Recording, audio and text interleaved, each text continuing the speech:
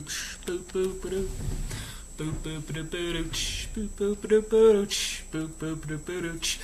I'm stopping. Oh wait, nah, I messed it up. Escaping dystopia. So I should probably start talking sooner because I've noticed that these kind of things, when I post the videos later, they're a little odd because I just stand here and look stupid for a minute. Hey Merle, how you doing? Let me edit this real quick and throw up our I want to call it an outline, but I keep getting crap for calling it an outline. So tonight, some of the stuff we're going to talk about a little bit for people. Hey, what's up, Wendy? It's your cousin. Hi. Some of the stuff we're going to talk about. Big story this week was I think that raid in Yemen that went how it went. There's a little bit from the interview yesterday about Mr. Putin, which we'll talk some too. A little bit about how this boat's going to go and who's going to stop it. About our new president, Bannon, we'll discuss that a little bit. About Fox and their selling, what they're selling nowadays and how that's going to play out a little bit. What this is all set up for, we're going to talk about that too. And then, of course, the SCOTUS NOTUS. Everybody's heard about that one. The SCOTUS being the Supreme Court. A little bit discussed there. Racism and the alt-right. Everybody loves those two discussions. We never talk about that stuff here on this show. It's certainly not coming to this country soon. Now a little bit of the Iran attack. We'll cover that. And then big money, no whammies, sanctions. That's the game. That's the show we're doing. Let's go. Let's do it live. This is escaping this dummy. There's no crowd.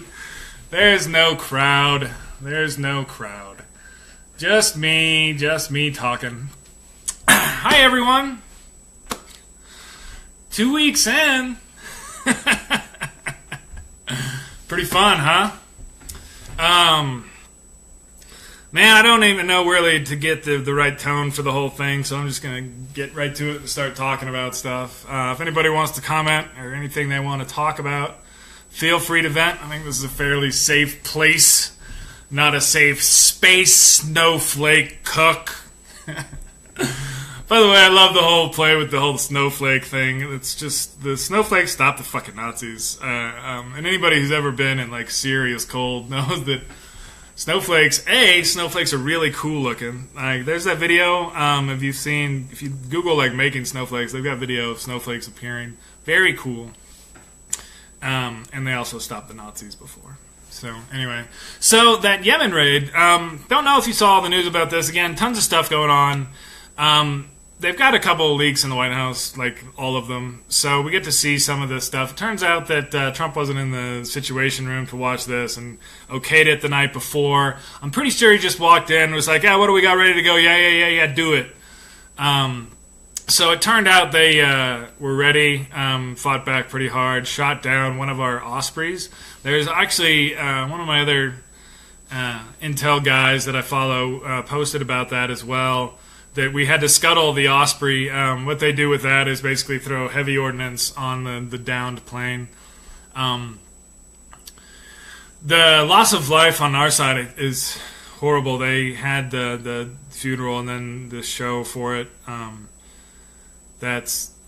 You hate to see that at any time, and you hope that it's going to be worth it. The thing that sucks about this and why this was a big story, and I tried to keep posting about this, is they posted a video showing some of the intel that they got, and then it turns out that this was 10-year-old intel that they grabbed from this place.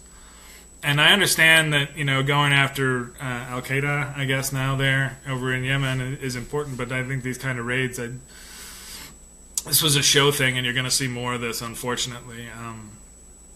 When that's what they have to show is like, this is why it was worth it, and it turns out that they have to pull that down because that was not legit. That's a big story, and I think this is still a bigger story, and I think they'll look into it. This was a bigger thing than what happened in Benghazi already, and so now speaking of that, and I want to think about that too, because again, one of the things that happened in that raid was we killed women and children as well. By the way, this is one of the questions that I would have liked to see asked of Spicer. One of the people who died in the attack in Yemen was an 8-year-old girl she was the granddaughter of Anwar al-Awlaki. He was an al-Qaeda guy that we have already killed. One of the things that Trump said during the campaign was that he was going to go after the families of terrorists and these people, to strike fear in them and do that. And I want somebody to ask him, to ask his press secretary if she was the target, if the 8-year-old girl was the target in this. Just because he did say that, and that did happen, and so it needs to be asked. Now, speaking of which, during the interview yesterday, I don't know if you saw this prior to the Super Bowl, which was a good football game. Hate's not the right word. It doesn't make me feel good to see cheaters prosper, so. Yep. Families. Yeah, so I wonder if he's going after the families, which I do think there's a moral aspect, a huge moral aspect to the resistance, if you will, of those who want to stand against Trump. I've talked for over a decade about how the left needs to speak to God and speak to the moral question, and now is going to be a big time. That's what happened with the whole immigration debate. Getting to that in a minute, too. So one of the things he said during the interview with Fox yesterday with Bill O'Reilly was about Putin being a killer. And O'Reilly asked him about this, and Trump shot back, "You got a lot of killers." Trump shot back, "What, you think our country's so innocent? You think we never did anything like this?" He, in his mind, he's thinking of this as the same thing that he had just done. So his idea was that Putin's a killer, I'm a killer too. He knows that these people died on his order. So this is, and you just saw, if you didn't see this interview, understand that that's what he's thinking. He doesn't think about other people like that. When he's talking about what you think our country's so, you think I haven't killed people? That's what he just said. And he's already done this, gone to sleep, woke up, and decided that he's okay with it, and that, you know, it's all right. We'll talk about why he's gonna go back to it. But this, I think was the big thing from that interview. And watch it. It's so hard now with all the news flying around to find something to stick to, as it were. But that interview was a little bit scary, and I think this is part of why. The other incompetence isn't, but that question of when he was faced with those life or death questions, what he would do and how his reaction would be, and whether or not that would sober him, as it were. You're not going to see that happen. Oh, all the way. Also, speaking of which, I'll see if this plays out. This will probably show up on this next show or next week. We'll follow this. Putin has demanded an apology from the Fox network for calling him a killer. The reason why they're calling him a killer is, I don't know if you saw also the other people who've turned up dead tied to the dossier, including the guy who is suspected to have provided the information. He was found in his backseat a little while ago. There's another guy I think is in the hospital with this weird poisoning. So this has been happening now. This whole thing is when, like, if I don't even want to speculate how that's going to look here in the U.S., but it's different. It's different. Assassinating political opponents and journalists is different than people who die in war. Now, unless Trump ordered the kid to be killed. So I just want to see him ask. So if somebody could ask Spicer about that, that'd be awesome sauce. That thing, by the way, if you haven't watched the SNL thing, you've probably seen it posted everywhere. That is hilarious. That's what they call laugh out loud funny. Homegirl, Melissa McCarthy, nailed it. And that's what good humor and good satire does. It pins it to the wall and just smashes it. Like that, you gotta back off. Not her, you dude. But they're not going to. So, and this is the thing, moving on to the next, the GOP ain't stopping this boat. There was a Fox News piece posted, it was supposed to be last week, I guess, right at the end of last week, about the 5 things that GOP should ask themselves before they... Spicer's always pissed. That's kind of the joke. That was pretty good. But there was a kind of this notion during the campaign, and a lot of Republicans, and especially like the quote-unquote moderate Republicans, that the GOP would, stand against this and act as a brake on Trump's more outlandish impulses. I think we've seen how that's not really going to happen so much. Because there's actually this how to behave in the age of Trump story. And let me tell you also, I'm going to read real quick. These are two quotes from this guy named Mike Pence. One from June 15th, 2010, speaking about then President Obama. When Obama basically called out Fox for them not being a media station, but being a political organization. This is the quote from Pence in 2010. The president has shown an unusual interest in commenting on his critics in the media and here on Capitol Hill. The American people don't want to hear the president's reflections and commentary on criticism. Sorry, I didn't get into my Pence voice. I can do the Pence voice pretty good because the Pence voice is just, why are you picking on me? But again, 2010, the president shouldn't be commenting on this stuff. Fast forward to this week on Meet the Press. Well, look, the President of the United States has every right to criticize the other two branches of government, and we have a long tradition of that in our country. I think that people find it very refreshing that they not only understand that president's mind, but they understand how he feels about things. This goes back into a little bit of the feelings over facts stuff, but the way that they have just switched over utterly, for those who hadn't seen this before, it can be a little disconcerting. For those who have seen this now twice, you got to know what Fox is at this point, folks. And they've gone full on with this, and I don't watch it, but my understanding is that they're going after the protests and everything. This all paid protests and these notions, this feedback loop that's happening right now, where Trump watches Fox and then reacts to it, and then they react to him, and then they're building it, and then this is just reinforcing itself over and over. This is the bargain that the GOP is making as those same people. This goes back to what I've got here is to talk about the Faustian bargain, and this is that thing that I'm talking about and said since the election, make them own it. This stuff that's going on, they're not going to stop this, and they're going to keep going with it. They want to use Trump, I think, for the taxes and the regulation stuff. By the way, that whole stop. Two regulation enter, one regulation leave. That's an executive order. We have one of those. I'm sorry, but it's just, have you ever seen Thunderdome? Two regulation enter, one I think it's hilarious. I thought that was so funny. But this is the stupidity that they're going along with. So this is what they do. So they'll make them own this stuff. Speaking of things that they need to own, frickin' DeVos. I think this is going to be the prediction. I think it's going to be tomorrow. And I think they're going to do the whole 50-50, and then Pence is going to come out and be like, Jesus taught. Jesus was a teacher, so we gotta have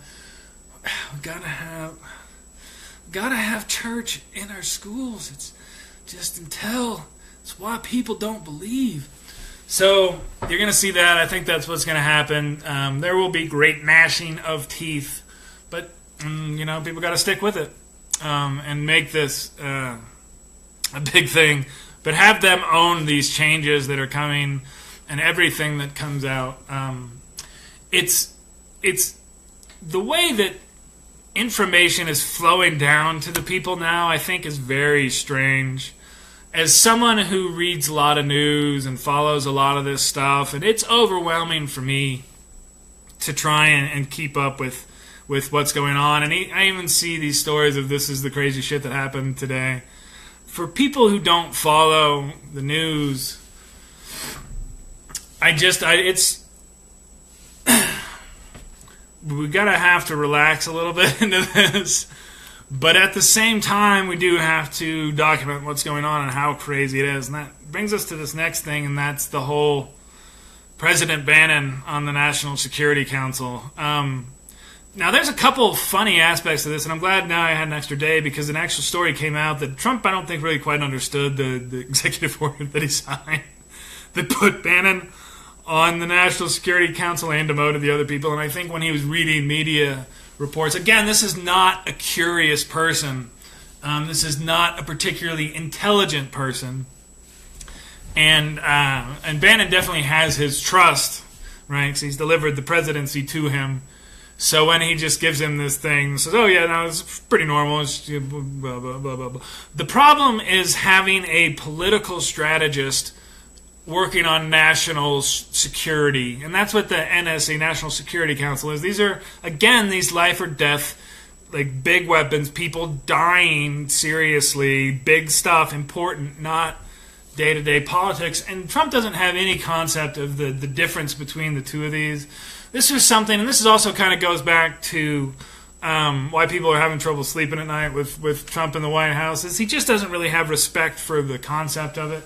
I mean, with Obama, you had somebody coming in after Bush who had really pushed the executive branch and the notion of what the executive can do from a kind of legal perspective. And then Obama comes in and wants to set an example of pulling back and being, oh, I'm a constitutional law, this is the limits of the presidency, I should do that. And that limiting and doing himself ended up playing right into the smash, bam, style that Trump's going with. But sorry, a little bit of a tangent on there, a little bit of constitutional styles. Where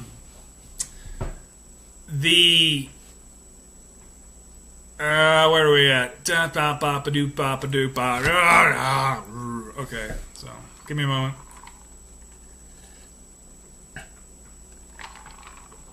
By the way, and you've seen this, it happened twice this morning, the two tweets this morning. There were two tweets that were directly tracked back to cable news shows.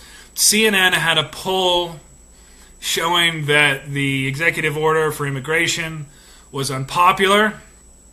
That was what he tweeted about fake polls. Don't believe the fake polls. The fake polls are false. Anything that's fake is false. Anything that's bad about me is false. It's fake. There's no true. It's not. It's fake. False. The guy is just fucking loopy.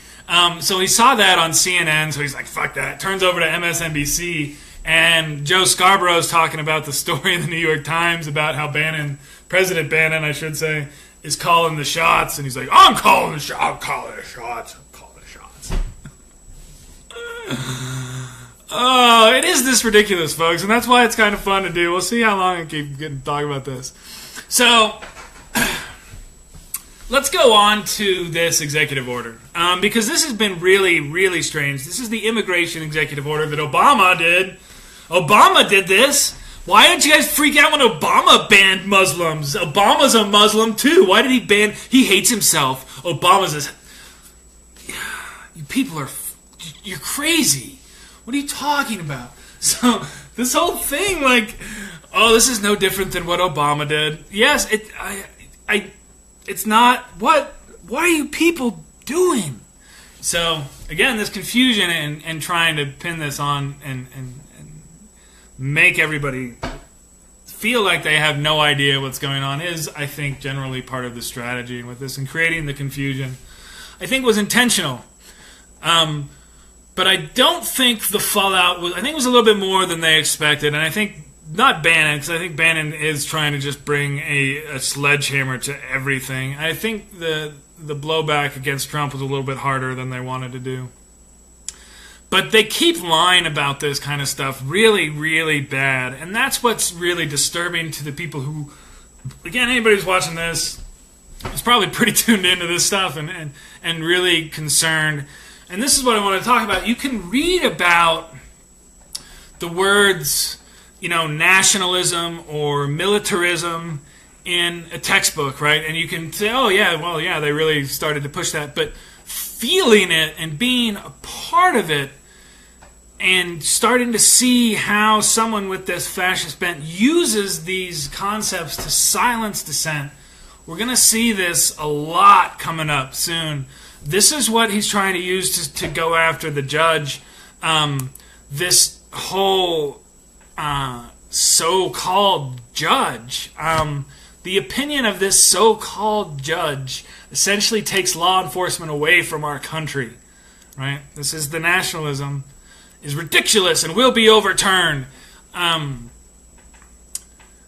These direct assaults about speaking directly to a judge, and people have already said, this is a Bush guy, he was unanimously saying, what are you talking about? And they've seen pictures of him. He's a white guy. He's got a beard. I mean, it's a little Santa Claus. Whatever. I'm just kidding. That was kind of racist of me. But going after this judge, the whole thing that they're trying to set up here is this is for national security. This is safety. He is protecting you from them. And that is the whole setup here. And that's what we're doing. This is a big time. This is all of this. We need to remember this for the people who are standing against this, because something will happen. And you got to be ready, because it's going to be kind of weird when it does. But they sent out a list tonight, and this is where they're trying to bully the media, if you will. I know that word gets way overused nowadays, but saying that you, again, Sean Spicer with his lectern, you people in the media are not covering what you need to be covering. The stories, and the one that they put out was all about these terror attacks that the media is not covering. People aren't scared enough of Muslims, and it's explicit when you actually go through this list of attacks. And I want to do this real quick. They put out this list tonight because they were talking about, and I think this all started with the Bowling Green massacre. We'll get back to that later. But they put out, and this is attack on the media for not covering what they need to be covering, which is the terror attacks. And they put out this list tonight of 78. Go back here. This is a number of attacks. 78 terror attacks. That most of these have not received enough attention from the media. Again, so he's trying to set up this dynamic where he's trying to protect us, and everybody else standing against him is not, and is totally unconcerned and wants to let everybody through, and nobody's trying to do anything, and he's the only one doing anything, and why is everybody so pissed off? So they put out this thing, and some of the stuff that they've got in here, well, we saw it. We actually saw already this week, and I'll get to this in a sec, but we saw the difference between the positive and negative situations, right? So you have the actual terrorist attack in Canada, and in Canada by the Quebec crazy kid who was all enamored with Le Pen, right? And then went with it. What's up, little princess? There goes my little fairy princess. Hi, Mags. And you see why I smile so much. Anyway. So you had that happen in Canada. So you had, and they won't mention this, haven't covered it at all. Meanwhile, there's a knife attack in Paris, and it's like, why isn't the media covering this? And it's like, why aren't you guys talking about this other attack? Now, some of the things that they've got in this list, and this is like the official list that came out from the White House of 78 terror attacks that they're calling New York City, New York, USA, October 2014. 2 police officers wounded in knife attack. Attacker, U.S. person. Does anything about that to you say terror attack at all? So why is this? They're not even saying why or how any of these are actually terrorist attacks. Boston, Massachusetts, USA, June 2015. Target, no casualties. 1 police officer attacked with knife. Attacker, U.S. person. Why was this not headline news? Someone was attacked with a knife. What about in Karachi, Pakistan, in April 2015? 1 U.S. citizen wounded in knife attack. Attacker, Pakistani-based ISIL supporters. And this is these are things that they are now putting out, saying, you guys don't talk about this stuff. These are big, important. stories. These are all different, like, ones that they are using to try. Ranpur, Bangladesh, October 2015. One Japanese civilian killed in shooting. Attacker, unidentified. Someone died in a shooting in Bangladesh. And it's somehow justification for what? And I don't... This is the kind of misdirection, weird stuff. And people are going to talk about this list because this list is ridiculous. It's like out of sync. Like, what is this? Oh, looks like Bowling Green, Kentucky, December. I got you. No, that one's not on here. This is where this came from, and this is part of this. Just they have to try and because the Bowling Green thing screwed them big time. When you're trying to use a fake, made-up massacre to justify banning refugees, and then it comes out that what you use to justify that is fake, you've got a problem. A big problem. And they had these now, and it came out, there's been a couple news stories that Kellyanne, con artist, had said twice before that the Bowling Green massacre happened. And so then they put out this list, and they've got like, what is this? I mean, these things are just like, look, in Philadelphia, Pennsylvania, in January 2016, target, one police officer wounded in shooting. Attacker, U.S. person. What is that? That's not a tech. That's not a terror. These are literally the things. Every single one of these, except for the Bowling Green one, are ones that I've read directly off this list. Hanover, Germany, February 2016. One police officer wounded in a knife attack. These are just like. That's all you got. I mean, this is nothing. All right, sorry, Renee. 97 Tech and other companies like Apple signed an amicus brief. I saw the amicus brief and more of that. Can I see? Got to read some comments. Got interaction, folks. Interaction. It's good. Yeah, no, they all stepped into it, and that is, it's been one of the big rifts, and this is why his whole, super corporate man doesn't really fly when you start doing this kind of stuff, and all these big companies are like, what the hell are you doing?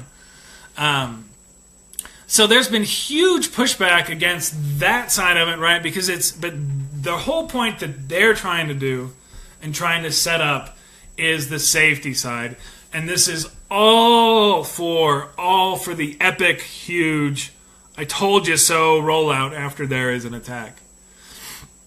It's going to be really big when that comes down. They tried to a little bit this time, but when it does, and if it's something, this is what you got to be ready for. Because when they're throwing up these kind of things, right? Somebody wounded a police officer in some other country, and that therefore we should ban refugees here. Wait till something actually happens, and you're gonna see stuff blow crazy up. That's why I want people to understand who are going to be part of this resistance going on forward until this crisis is averted, shall we say. Don't expect this to be one unbroken stream. We've seen like a lot of people turn, like again, all these companies standing against this immigration order and then all this other stuff. You'll see it probably in the next few months, maybe a turn back the other way, and there'll be a bunch of stories about, he's positive again. It's possible that he could rebound on all of this stuff. I kind of am looking at some big economic meltdown later in the year. I don't think that they actually want to avoid that kind of stuff ultimately. I do think that part of their plan is to create chaos and create turmoil and pin it on the people they don't like and then rescue it by stopping them. And so that's kind of the setup for, I think, the whole deal. And I do know if anything happens, things are going to get nasty really quick. If they're already trying to do this from nothing... Yeah, we don't need another Pearl Harbor, but yeah, we had 9/11 last time. The next one would be interesting. So, I think I covered a lot of that stuff. I do think you should check out that list and look at what they're trying to use to justify this is things that are like the Bowling Green massacre. And there is still a unified need for truth out there, which is good, right? We like that. So that's good that they're still fighting. I don't think Armenians, you see how weak they are, right? That they couldn't stop this in the first place, and we're still having trouble communicating even these simple stories, and there's a lot of repetition and covering and stuff like that. We'll see when we get some really good evidence of something really bad coming out, which it's going to be soon. It's already 2 weeks in, and we've already got a number of things that could be problematic. Like the whole, I'm going to keep my company and double the price for membership to my club, which I'm then going to go take a vacation at 2 weeks into my presidency. Wonder who wants to buy memberships to that club. I don't know. Can't think of anybody, huh? He's going to be down there every 2 weeks? Yeah, so anyway. Oh, yeah, and I mean, that's the other thing, too, for all those, like, Obama took so many damn vacations. He's just always out there playing golf. The Trump team tried really hard to make sure nobody gets a picture of him playing golf on his golf course. 2 weeks in, and he had to take a vacation. And it wasn't really a good one because everybody was mad at him. So I think that is important to keep up. Now, speaking of which, this is a big question. We're going to move along a little bit to something more topical, and that's the SCOTUS seat. I personally am of the opinion that the Democrats should do everything in their power to stop the Republicans from stealing a seat. And this is what's really hard, and this is kind of one of those things where I go back and forth, but flat out, the election, Obama was president, Scalia died, he wasn't murdered. By the way, that's a big fake news thing, that he was murdered. See, and then they say that, and then they can justify saying, oh, well, Obama shouldn't have gotten that seat anyway because he murdered Scalia just to take it. So, and they've already justified murdering So Trump does it, right? And then there's, Obama did it first, man. He killed Scalia, so it's fine that he just, shot Ginsburg on the street like that. It's okay. I'm telling you, man. These people will let it go. So I hope the Democrats will fight really, really hard on this. I don't know the arcane rules on what they can do. How bad or okay? I don't think it matters. And that's the thing that's where I'm at. The nominee that they should be voting on is named Merrick Garland. And anybody other than that shouldn't really get a vote. It's a matter of one of those principle things. I don't know if you picked up on the show, but there's a fight, there's a war for reality going on. These people are denying basic facts. Yeah, see, no, that's how crazy I should. I know that was an extreme joke. I'm trying to reach people, get people to pay attention. But yeah, so I do. This is a war for reality. You're gonna see this. They wanted to don't want to waste political capital. Political capital is a concept that applies to people who believe in it, and that's not what you're dealing with here. I don't think that there's seeking you can trust Mitch McConnell to any deal that you make or anything like that. There's a news story about McConnell, and he's talking about how Obama just couldn't fill any of those judge seats, and we got all these judge seats to fill up. So, but it looks like, I think we're going to be able to fill them all up pretty quick now, just because, we're going to stop blocking them all. And so you can't play fair with people who are cheating. This is one of those things from game theory. Again, this is why I don't like the Patriots. Cheaters, you gotta kick them in the nuts, and that's play fair. And so I'm not a big fan. We'll see how that works out. Like I said, I'm for fighting at this point. I don't know who you're gonna convince that the Democrats are the answer by bending over and taking it. And then be like, well, it was Scalia's seat in the first place. No, it wasn't. Well, it was, and then Scalia died. And then it's no longer his seat. So, well, it doesn't change the balance of the Supreme Court. Yes, that's the problem. I don't think you can waste political capital with a Dem base. I don't know. I think you need to build a new Dem base, and the way you're going to do that is by fighting, not by making deals. Excuse me, pardon me. I know that's not a particularly popular opinion. I don't know. I'm all for, alternate strategies on that, but I don't know that letting this guy through because you think he's okay when... I don't know. I don't think that's right. I don't think you can quickly just turn back around and say, thank you, may I have another? Because that's what's going to happen. Or hope you don't get another. We stick with the 4-4 for a while. Maybe we can make it to 2018. Because I think that's the general strategy, is to make it to 2018 and get some subpoena power. If we lose in 2018, then yeah, it's a whole another time. It's probably going to happen. Sorry, no, I don't want to talk about that too much. We're long way away. Lots of marches between now and then. Lots of things going to happen, including at least one big attack. So how that's going to happen. Speaking of which, and this is why, and I'm going to switch my two little things. I posted a story, and I was kind of almost it was odd, because I watch a lot of my news. Google News is probably one of my go-tos, I'd say, for news stories. The algorithm, I think, does a good job, and I really like to be able to see multiple outlets all covering the same story from multiple angles. People talk about that all the time. That's how I always read the news. And that particular story, this whole U.S. Navy attacks, again, this is like spinning these like one thing into another kind of stuff. That Iranian Navy attack on the U.S. Navy was actually like these Iranian-backed Houthi rebels attack Saudi ship, and this got turned by Fox News into Iran trying to attack the U.S., and then Spicer tried to do the same thing, where they're saying, well, yeah, they've already attacked us. We're justified in going to war already. I mean, we can do this. They attacked us. Their words. But so this, I do think there's going to be some big shooting going on pretty soon.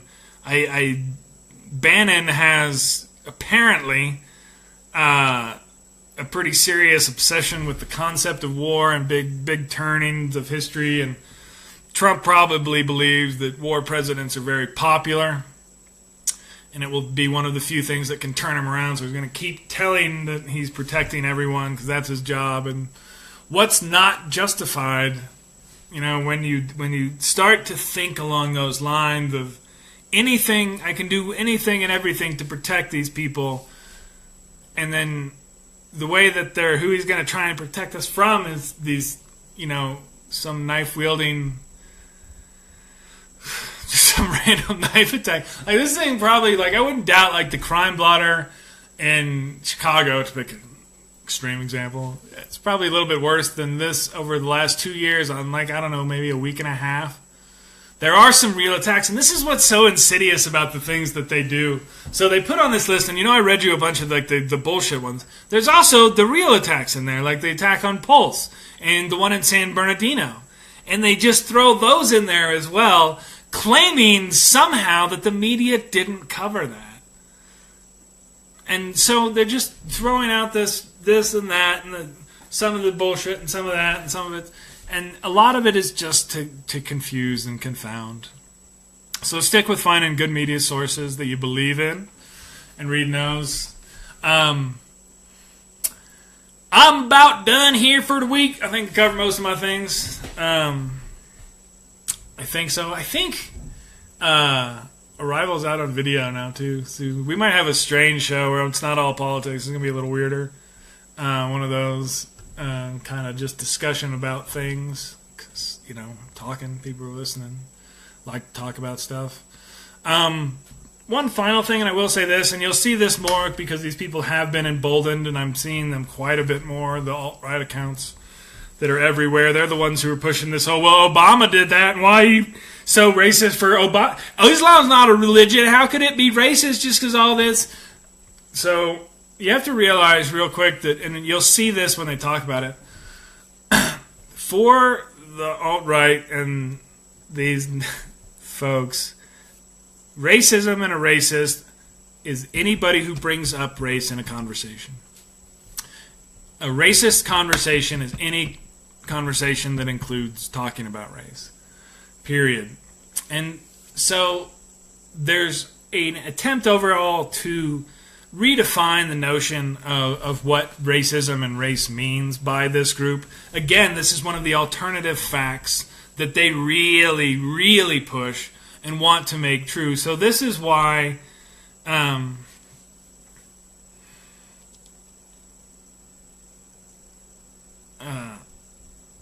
they talk about when you're banning people and going after where everybody knows what's kind of going on, and they're saying, well, it's not, this has nothing to do with racism, this is about keeping people safe. And then, but implied in that, of course, is this notion that the people that you're banning are not safe. And then you see this over and over, and in the Trump administration, there is a consistent Islamophobe kick, big time. And there is a consistent part of the ethno-nationalism idea that Bannon has also is the religious part is tied into the culture. And it's white Christian culture that's the one that is acceptable. And once everybody's like that, then things will hum along very nicely, is the theory that he's pushing. And I hope people understand and keeps that kind of big idea in their minds as they go through and you see this, because this is how you'll tie what they're doing all together. You have to destroy these concepts of multiculturalism, that these things are good for us, that having an interconnected world is good.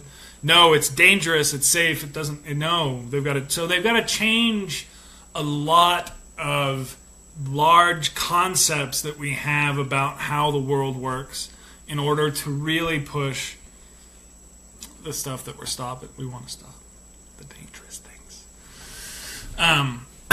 So pay attention to that, and I think actually people are doing a good job so far in calling bullshit on it, but you got to stay good on your media sources and pay attention. And thanks everybody for tuning in, and we'll do it next again. And we'll do it again next week. If anybody wants to talk about stuff, you know my wall's a good place for things. But I appreciate everybody who did wander in and pay attention. There is another one thing. You'll see the Russian sanctions deal, and part of what happened this last week was a technical thing, because I think in order to sell any software of any kind of sort in Russia, you have to have a license from the FSB, which is what this whole thing was about, doing any kind of business in Russia. But when big sanctions go away, and if Exxon gets to do his thing, Carter Page, who was the connection from Trump to Russia, he'll either turn up dead or be a billionaire, because he's got about $20 billion tied up in that.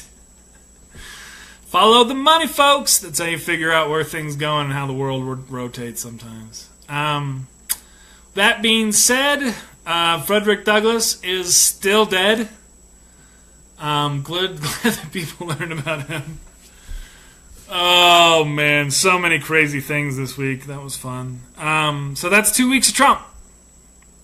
It's becoming a tick. And that's my last for the night. Thank you everyone for tuning in or clicking on the thing or whatnot. And maybe next week I'll be here yelling at my tablet again. So thank you. Good night everyone. Peace out. Me too.